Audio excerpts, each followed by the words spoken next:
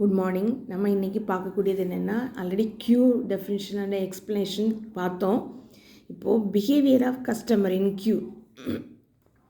ஒரு க்யூ எடுத்துட்டோன்னா அதில் நிற்கக்கூடிய அந்த கஸ்டமர்ஸோட பிஹேவியர் எப்படியெல்லாம் இருக்கலாம் அப்படிங்கிறத நம்ம இதில் பார்க்க போகிறோம்.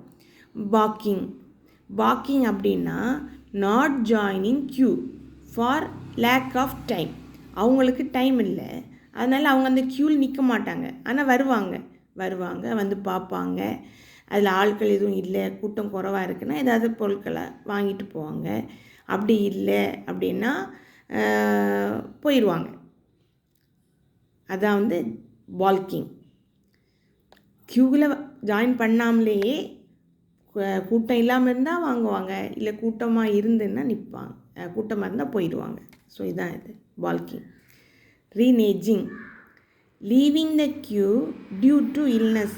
வருவாங்க, க்யூவில் நிற்பாங்க, திடீர்னு அவங்களுக்கு உடம்பு முடியலை அப்படின்னாலோ, இல்லைன்னா சம் அதர் ரீசன், வீட்டிலேருந்து ஏதாவது கால் வந்தாலோ, இல்லை ஏதாவது ஒரு ரீசன்னால் அதுலேருந்து என்ன செய்வாங்கன்னா கிளம்பி போயிடுவாங்க. அதுக்கு பேர் ரீனேஜிங்.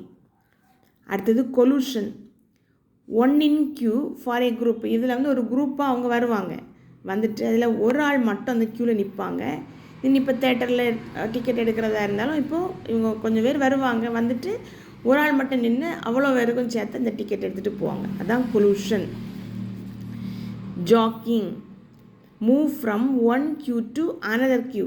ஒரு க்யூலேருந்து அடுத்த க்யூவுக்கு அவங்க மூவ் பண்ணுறது. எப்படின்னா இப்போ ஒரு க்யூவில் பார்த்தீங்கன்னா ஒரு 2-3 கவுண்டர் இருக்குது. ஒரு க்யூவில் உள்ள கவுண்டரில் பார்த்தீங்கன்னா கொஞ்சம் ஃபாஸ்ட்டாக பண்ணிகிட்டே இருப்பாங்க.